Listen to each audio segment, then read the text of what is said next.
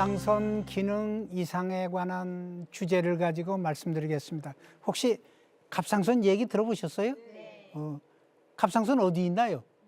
목에. 목에 있죠. 그게 잘 보이나요? 안 보이나요? 안 보이죠?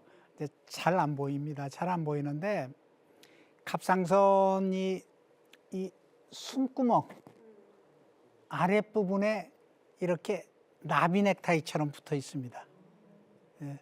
그래서 한 그 무게가 합하면 10g, 20g? 10g, 20g이 얼마가 들어갑니까? 엄지손가락 끝, 예. 요게 이게 두 개가 이렇게 나란히 붙어 있습니다. 그러니까 양 날개로. 그래서 그게 정상인 사람은 잘 안 보여요. 그런데 이제 정상인에서도 내가 보면은 볼 수도 있어요. 이게 열심히 쳐다보면 보일 수 있는 대부분은 잘 안 보여요. 그런데 이제 뭐 제가 이제 뭐 의사가 습관이 돼서 그러는지 저는 이제 지하철에 앉아 있으면은요 앞에 이렇게 보면은 저 사람이 갑상선이 큰가 안 큰가 목부터 쭉 한번 둘러봅니다. 아 그래서 몇 사람은 크네, 혹도 있네, 이런 걸 얼른 발견할 수 있습니다. 이것은요 특히 이제 여성들한테 많아요. 그 젊은 여성분들한테 많아서 옆에 우리 사회 하시는 분도 계시지만 그 텔레비전 방송하는 그 여자 아나운서 혹은 사회자들도 제가 제 직업병이라 그러는지 목을 유심히 쳐다봅니다. 좀 갑상선 커졌네. 예, 이제 그러니까 우리가 쉽게 볼 수 있습니다. 관심을 안 써서 그렇지. 그렇게 되는 게 이제 이게 갑상선인데, 그럼 갑상선은 도대체 뭘 하는 애인가? 얘는 호르몬이 분비가 됩니다. 이게 갑상선 호르몬입니다. 갑상선 호르몬이 그러면 분비돼서 뭐 하느냐? 갑상선 호르몬이 분비가 되면은요, 우리 몸에서 이제 산소 소비량이 많아진다. 산소 들어가면 뭐 하지요? 가서 이제 그 뭐 에너지라고 할까? 열을 만들어냅니다. 열을. 산소 운동하면서 열 내면서 뭐 이렇게 산소 많이 들어가니 않나요? 그래서 집으로 떼면은 집 아궁이에다가 땔감 떼는 겁니다. 그래서 집안을 덮여주는 그런 역할을 해요. 그러면 거기서부터 이제 갑상선이 그런 기능을 하기 때문에 불을 많이 떼면 어떤 일이 일어나겠구나, 불을 적게 떼면 어떤 일이 일어나겠구나, 딱 연상이 되죠? 네. 그러니까 기능항진증, 기능저하증. 이제 이게 이제 성인이 되면 그렇게 되는데, 갑상선은 그것 말고도 또 아주 특별한 기능이 있어요. 소아에서는 갑상선 호르몬이 부족하면은 성장이 안 됩니다. 키가 크진 않아요. 그리고 두 번째는 두뇌 발육이 잘 안 됩니다. 이제 이것은 또 이제 다른 얘기일지 모르지만 임산부는 또 굉장히 중요합니다. 임산부에서 갑상선 기능 저하가 되면은 태아는 갑상선을 만들지 못하기 때문에 그것이 이제 그 태반을 통해서 그 아기한테 갈 거 아닙니까? 네. 그러면 엄마의 갑상선 기능 저하가 있으면은 애 두뇌 발육도 그렇게 좋지를 못하니까 임산부에서는 갑상선 기능을 유심하게 잘 살펴봐야 됩니다. 그래서 기능을 정상으로 잘 만들어주는 게 중요합니다. 이 정도로 갑상선이 뭘 하는 것인가 이 얘기를 하고, 이제 실제로 이제 환자가 병원을 찾아가는 갑상선 기능 항진증 얘기를 좀 해드릴게요. 그럼 갑상선 기능 항진증은 뭔가? 보면 아까 제가 갑상선은 뭘 하는 호르몬인가 하는 거, 갑상선 호르몬이 많이 생기면은 불을 많이 떼면 어떻게 되겠나요? 집안이 그냥 막 펄떡펄떡하죠. 이 펄떡펄떡하죠. 이 몸이 펄떡펄떡하니까 몸이 흥분 상태가 됩니다. 몸이 흥분 상태가 돼서 괜히 손이 떨리고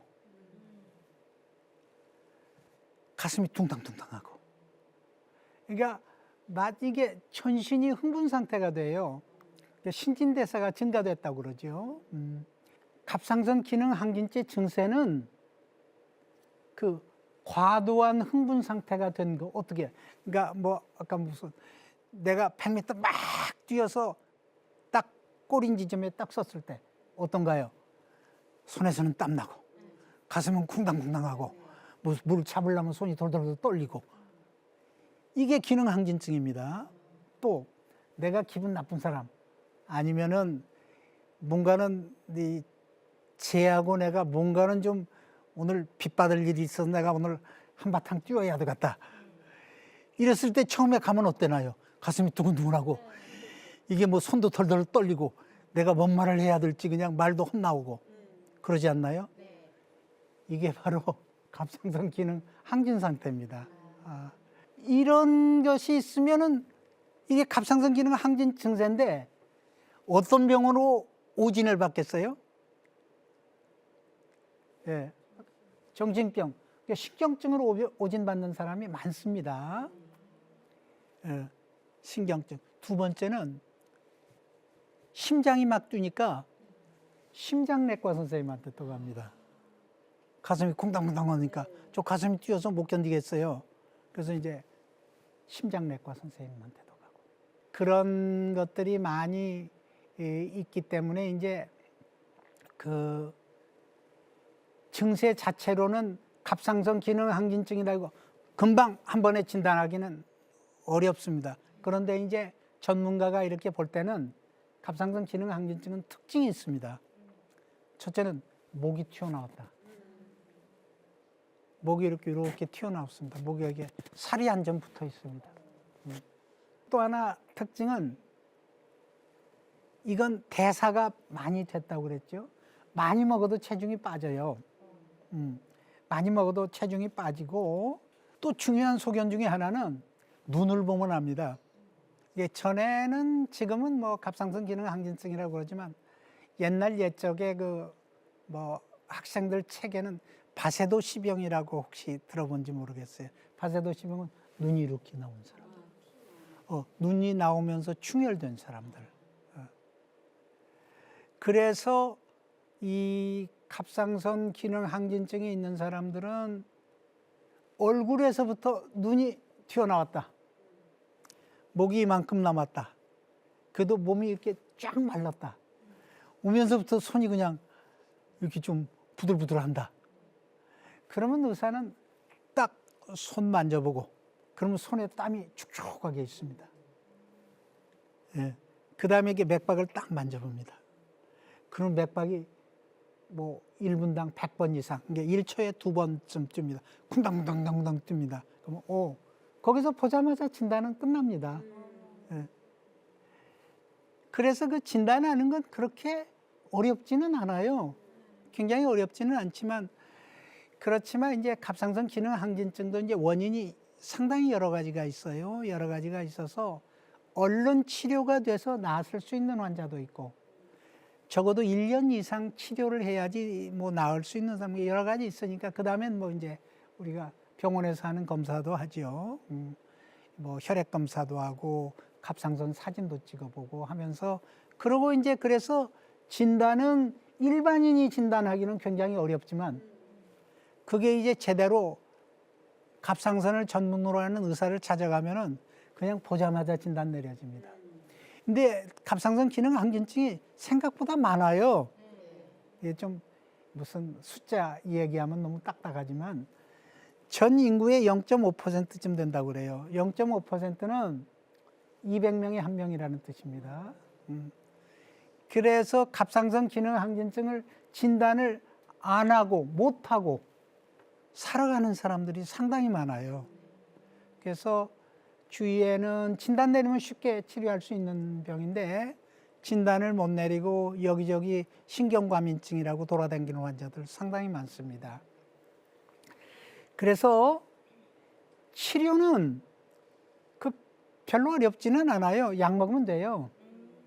약 먹으면 돼요. 약 먹으면 금방 치료가 되는데 그리고 갑상선이 너무 크면은 이제 수술을 한다든지 그렇게 해서 뭐 치료는 뭐 그냥 그럭저럭 잘 되는데 이 병이 또 하나 특징은 뭐냐면은 재발을 엄청 잘합니다.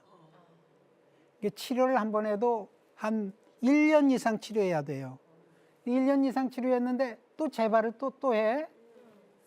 그럼 또 약 먹고 또 1년? 그러니까 이제 좀 심한 환자들, 특히 심한 애들은 중학교, 고등학교 여자애들입니다. 걔들은 참 치료가 안 됩니다. 치료가 안 되고 애들은 증세가 가슴이 뛰는지 항균증인지 약도 잘 안 먹어. 그러니까 제 엄마가 와서 애달습니다. 이건 약도 안 먹고 뭐 그런다고 제 엄마가 그냥 애가 달아서 옵니다. 그러면 걔들이 오래 보면은 대학 다니고 시집 가고 애 낳을 때까지 쫓아다닙니다, 의사를. 그래서 10년, 20년 끌어갑니다, 걔들 한번 오면은. 그래서 참 너무 길게 오래 끌어가고, 그래서 이제 너무 오래 길게 끌어가면은 방사선 동위원소 치료하는 게 있습니다. 근데 방사선 동위원소 치료가 굉장히 효율적이고 좋은데, 재발하는 사람들한테 굉장히 효과가 좋은 것임에도 불구하고 그 치료를 이렇게 하자고 그러면은 그냥 안 한다고 합니다. 뭐 그러면 뭐 그건 본인의 의사이기 때문에. 치료 진단은 어렵지만 일단 한번 의사 손에 오면은 진단은 별로 어렵지 않다. 치료도 어렵지는 않지만 재발을 잘한다. 그래서 굉장히 귀찮은 병입니다. 굉장히 심한 사람들은 10년, 20년 치료하는 사람도 있고, 어쨌든 그런데 치료하는 것이 어렵지 않고 상당히 치료가 잘 되기 때문에 잘하면 됩니다. 잘하면 됩니다. 근데 거기서 꼭 또 이제 조심해야 될 것은 김미역, 다시마 같은 해조류는 안 먹는 게 좋아요. 그거 먹으면 그 속에 요드 성분이 많기 때문에 갑상선 호르몬 만드는 것이 요드로 만들거든요. 그거 많이 먹으면 잘 안 나서요.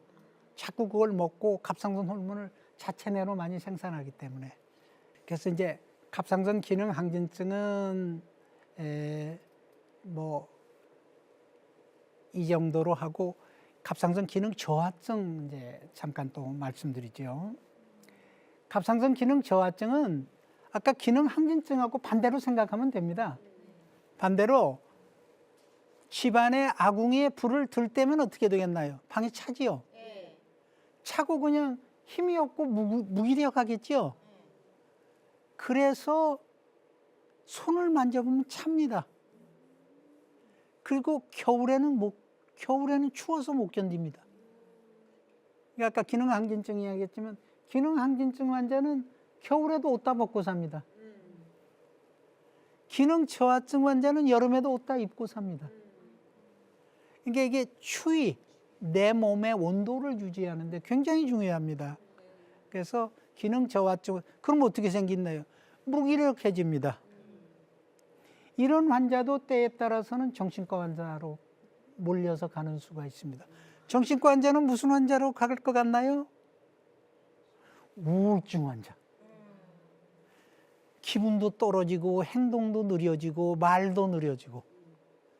기능 저하증이 심한 사람들은 말을 해보라고 그러면 굉장히 말이 느려집니다. 걷는 것도 느려지고, 또 보면은 혀도 굉장히 두꺼워집니다. 피부도 두꺼워집니다. 뭐 옛날에 우리가 못 먹어서 부항났다고 그러죠.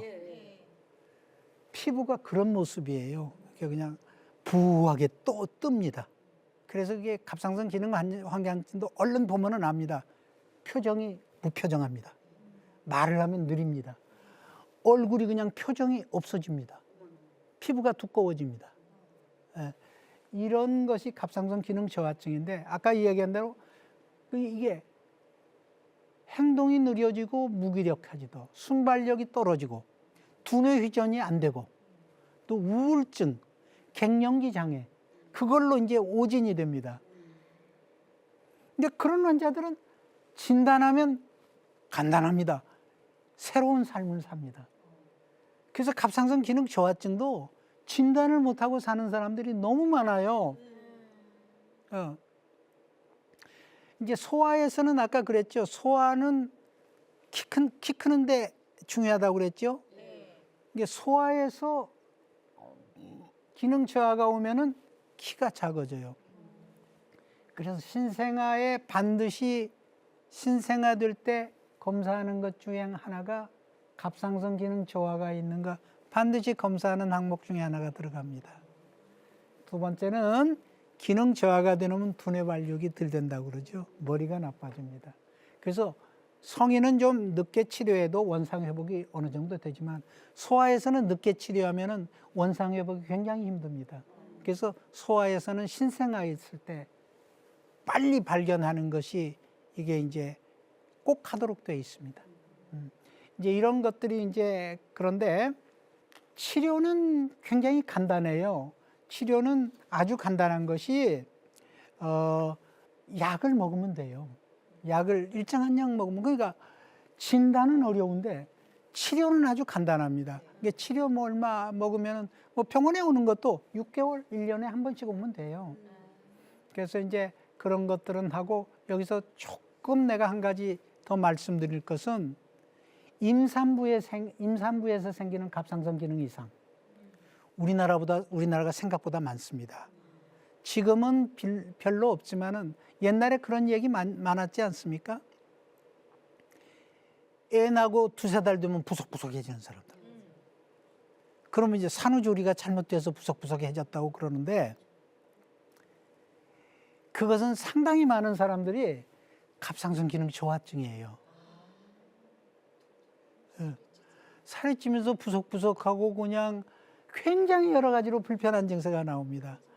그래서 갑상선 기능은 임신할 때하고 출산할 때 이게 아주 많이 변해요. 그래서 임신할 때는 그대로 조용하던 사람들이 출산을 하면은 두 가지가 다 생깁니다. 어느 사람은 기능 항진증으로 재발하는 사람이 있고 어느 사람은 갑상선 기능 저하증으로 오는 사람이 있고 그래서 출산 후에 특히 출산 후 임산부들한테 갑상선 기능은 그것도 꼭 하도록 되어 있습니다. 산후조리로 미역국을 많이 먹는 것이 다른 입장에서는 제가 뭐 잘 모르겠지만 갑상선 입장에서는 좋을 것인가 나쁠 것인가 그것이 저는 좋을 것 같지는 않아요. 근데 지금 우리나라 전통이 그런데 뭐 또 시어머니가 끓여주면 며느리가 안 먹으면 또 혼나지. 어쨌든 이번 시간에는 갑상선 기능 항진증, 저하증에 대해서 이 강의를 했습니다. 이상 마치겠습니다. 감사합니다.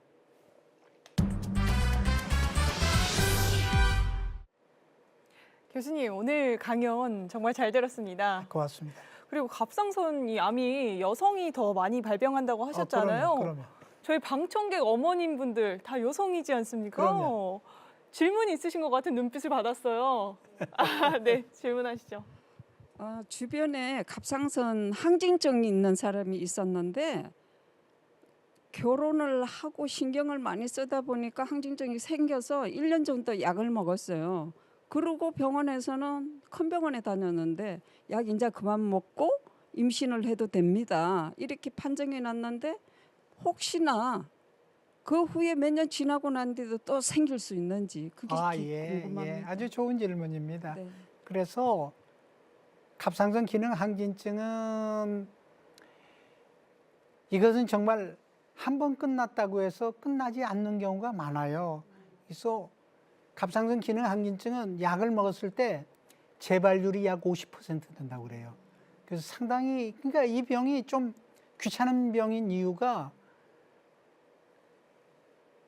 끝났다고 하는데 몇 년 후에 또 생기고 그러니까 의사들은 그 6개월, 1년 간격으로 약을 안 먹어도 다시 재발했는가 경과 관찰을 하는 때가 많습니다. 네, 오늘 이렇게 교수님 강연 덕분에 갑상선의 개념 그리고 갑상선 항진증, 저하증에 대해서 자세히 알아보는 시간 가졌습니다. 감사합니다. 고맙습니다. 네. 그리고 저희 시청자 여러분들께서도 궁금하신 점이 많으실 것 같은데요. 이것만큼은 꼭 지켜줬으면 한 가지 뭐가 있을까요? 정신적으로 좀 혼란이 오고 이게 내가 정상이 아닌 것 같다 하면은 내분비도 한번 진찰을 해볼 수 있다 하는 생각을 가져보세요. 그러면 그 중에서 갑상선 진단 내리는 경우가 상당히 많을 겁니다. 갑상선에 대해서 지금 차근차근 배워나가고 있는데 벌써 다음 주 강연도 기대가 됩니다. 아, 예. 어떤 주제예요? 다음 주제는요. 지금 우리나라에서 그 암 중에서 특히 여성 암 중에서 제일 많이 치료하고 발생 빈도가 높은 것이 갑상선 암입니다. 그래서 갑상선 암에 대해서 다음 시간에 좀 얘기해 볼게요. 여성 암 발병률 1위라고 하셨으니까 그럼요. 저도 대단히 기대가 되는 강연입니다. 함께해 주신 시청자 여러분 고맙습니다. 오늘도 주님 안에서 승리하는 하루, 건강한 하루 되시고요. 저희는 다음 시간에 인사드리겠습니다. 고맙습니다. 고맙습니다.